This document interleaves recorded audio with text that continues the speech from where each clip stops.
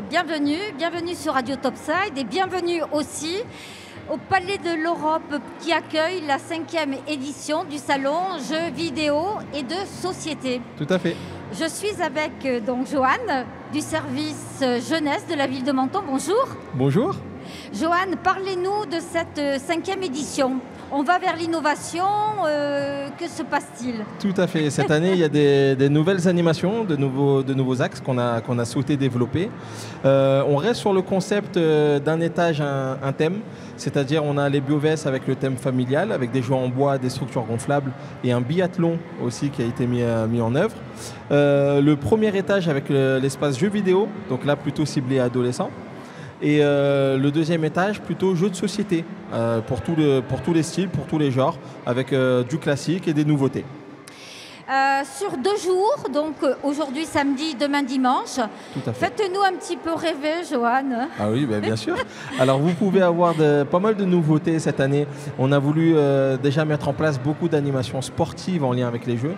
Donc on a des jeux vidéo interactifs où il faut bouger en même temps être dans une réalité augmentée.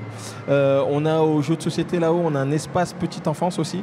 Donc pour les parents qui viennent avec des enfants en bas âge, c'est l'endroit idéal.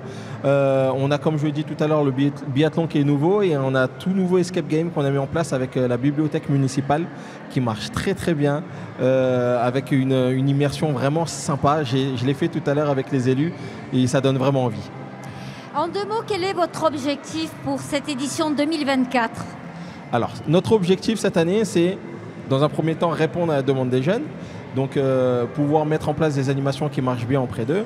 Donc, on retrouve par exemple du FC24 sur le jeu vidéo, du Monopoly, de la réalité virtuelle, plein d'autres choses.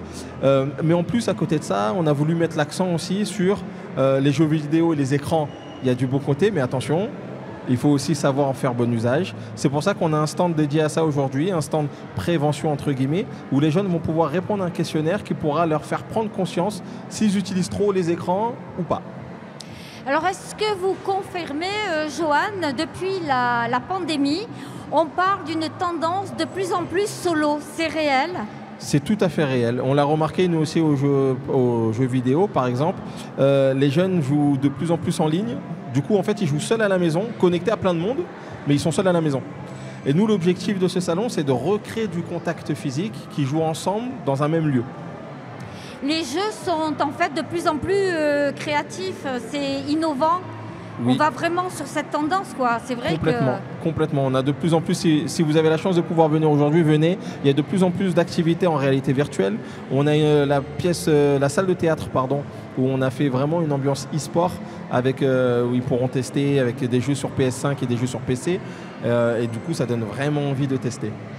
Merci infiniment, Johan. Merci à vous. À bientôt. À bientôt.